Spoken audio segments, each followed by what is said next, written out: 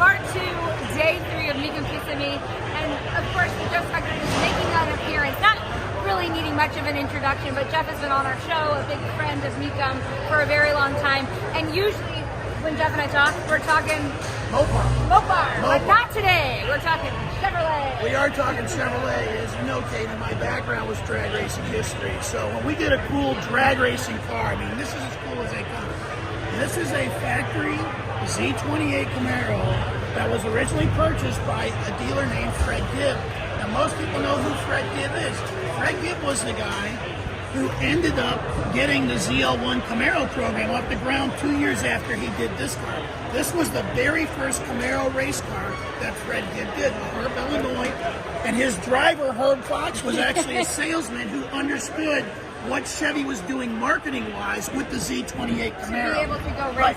Everybody knew these were road race cars, but they were killer drag race cars. Jay Strickler won the NHRA World Championship with one in 1968. But this one is actually probably one of the neatest ones because a lot of people think the 67 Camaro is the purest of the Z28 packages.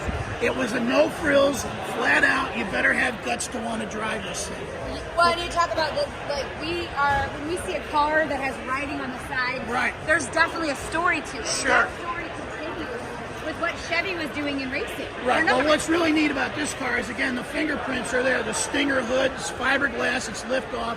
If you look at the wheels are Corvette knockoff wheels on this car. And it's got a roll cage still in it. I love that the roll cage is still in it. That was one of the things that first brought attention to me was that roll cage. Right. So the Z28, as a, the motor itself was actually a pure bit race motor. This motor did not like being anything below 4,000 RPM. So you didn't really want to drive these on the street, but for a guy like Herb Fox, it was time to go. This was the way to go. So